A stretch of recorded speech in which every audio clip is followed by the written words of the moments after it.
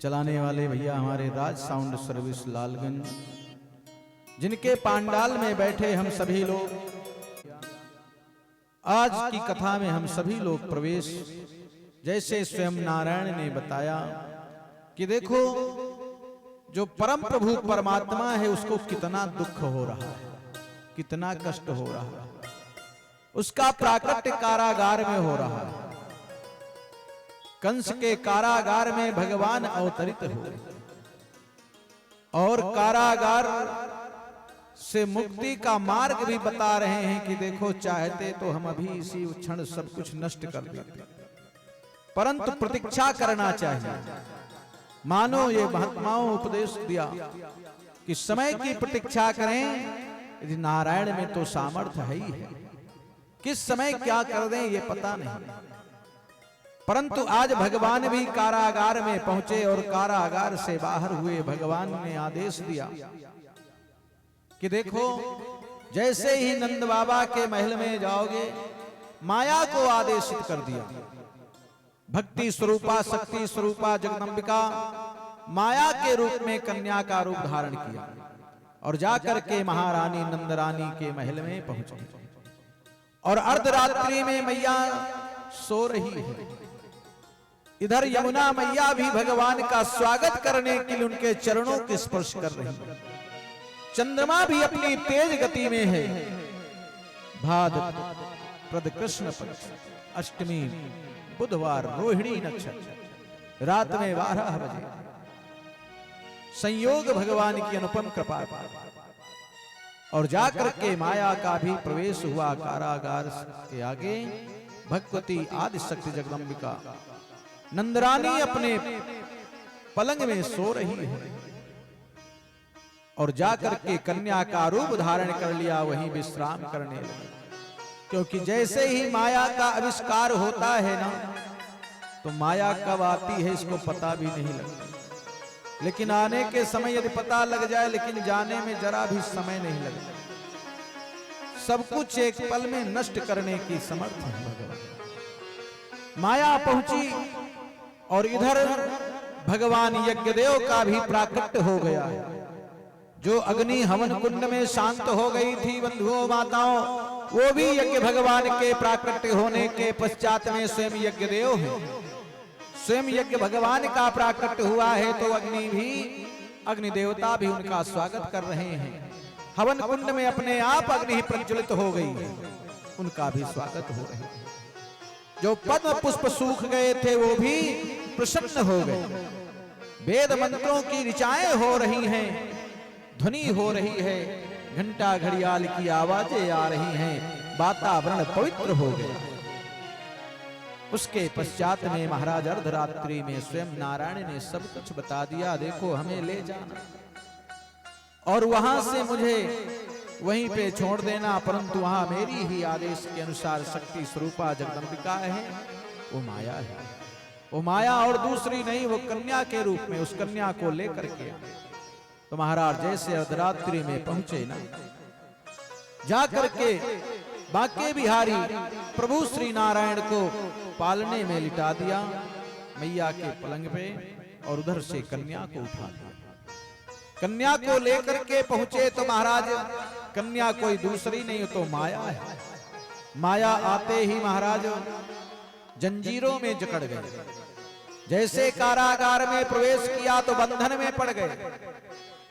इसलिए कहा जाता है कि माया ही बंधन का कारण बन जाती है। माया का प्रवेश कारागार में हुआ तो महाराज बंधन में पड़ गए।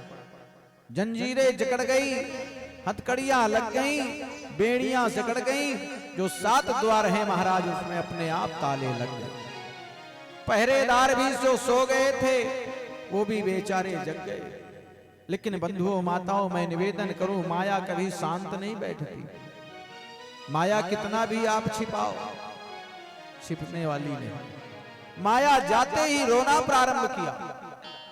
भक्ति स्वरूपा एकाग्र होकर के बैठने वाली नहीं है। कितना भी छिपा लो, लेकिन बेचारे वो सदैव कमी ही रहती है। कितना भी हो जाए लेकिन कमी तो रहेगी ना। उसी प्रकार से महाराज माया रोने लगी पहरेदारों ने, सेवकों ने, सैनिकों ने दौड़ करके संदेशा दिया, महाराज 8वें संतान का जन्म हो चुका है। और जैसे कारागार में पहुंचा महाराज कंस, तो देखा तो कन्या है।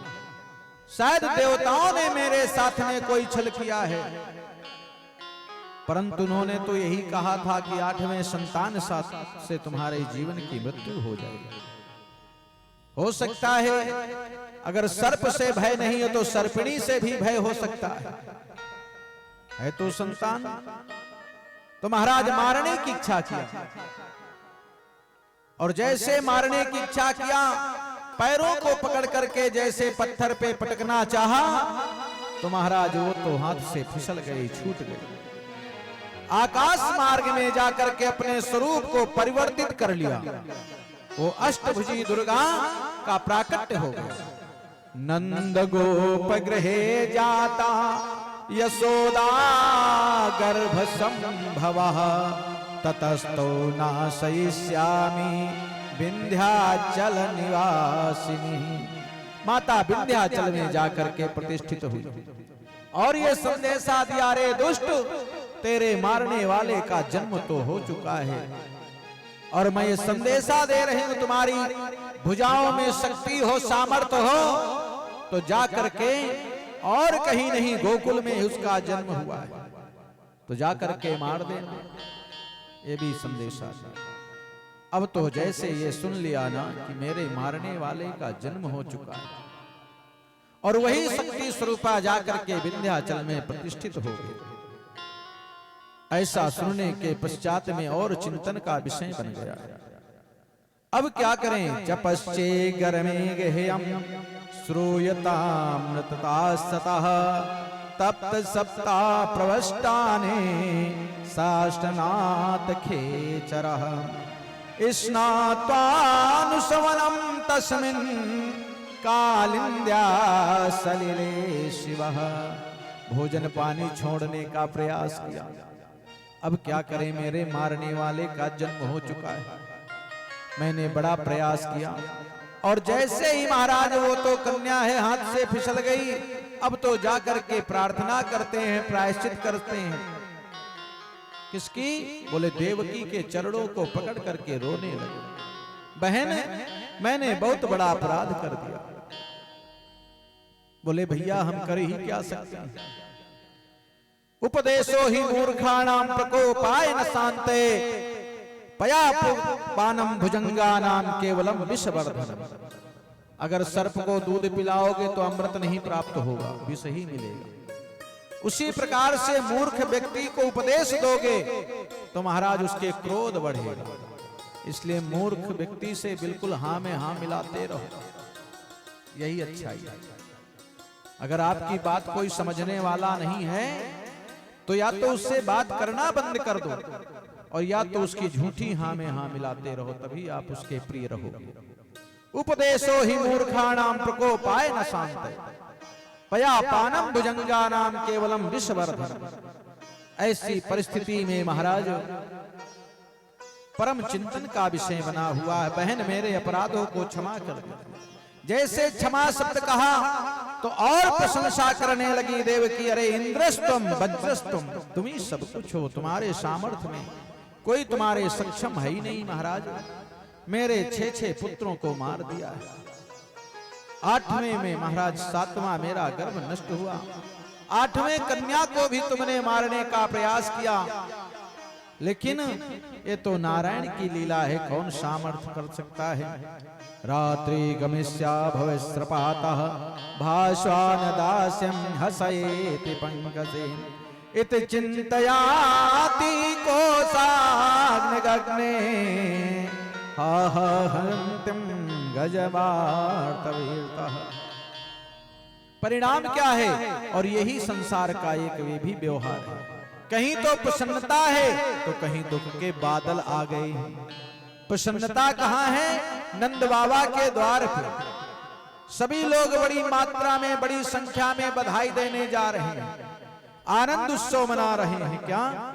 जय कन्हैया लाल की, मदन गोपाल की, जय कन्हैया लाल की, मदन गोपाल गोपाल की जय बोलो नंदलाल की जय बोलो नंदलाल की जय बोलो नंदलाल की जय बोलो गोपाल की श्री भोग लगायो जय कन्हैया लाल की आनंद भयो जय कन्हैया लाल की नंद के आनंद भयो जय कन्हैया लाल की नंद के आनंद भयो जय कन्हैया लाल की। अरे किसी ने बताया रे बाबा तुम्हारे घर में पुत्र की प्राप्ति हुई वृद्धावस्था में, कहा मेरे यहाँ पुत्र नहीं प्राप्त हो सकता है, मेरे भाग्य में पुत्र लिखा ही नहीं।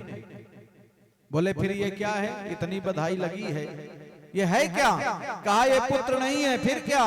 नंद के आनंद भयो जय कन्हैया लाल की नंद के आनंद भयो जय कन्हैया लाल की जय बोलो गोपाल की जय बोलो नंदलाल की जय बोलो गोपाल की जय बोलो नंदलाल की आनंद भयो जय कन्हैया लाल की नंद के आनंद भयो जय कन्हैया लाल की जय कन्हैया लाल की जय कन्हैया लाल की जय कन्हैया लाल की जय कन्हैया लाल की थोड़ा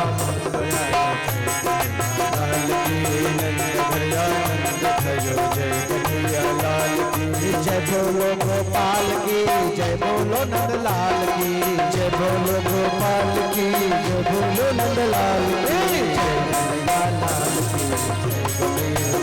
की जय कन्हैया लाल की मदन गोपाल की दे दो बधाई मैया दे दो बधाई दे दो बधाई मैया दे दो बधाई कृष्ण जन्म सुनी आई दे दो बधाई कृष्ण जन्म सुनी आई दे दो बधाई कृष्ण जन्म सुनी आई दे दो बधाई दे दो बधाई मैया दे दो बधाई दे दो बधाई मैया दे दो बधाई दे दो बधाई दे दो बधाई दे दो बधाई मैया दे दो बधाई जन्म सुनी आई दे दो बधाई कृष्ण जन्म सुनी आई दे दो बधाई कृष्ण जन्म सुनी आई दे दो बधाई।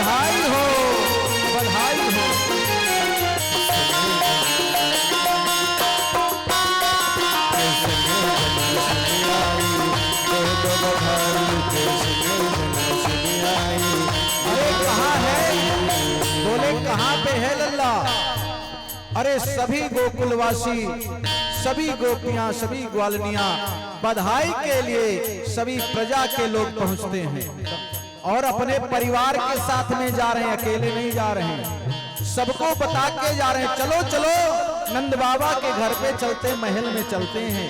अरे क्या हुआ? बोले आनंद उत्सव मनाया जा रहा है। मैया है कहाँ लल्ला?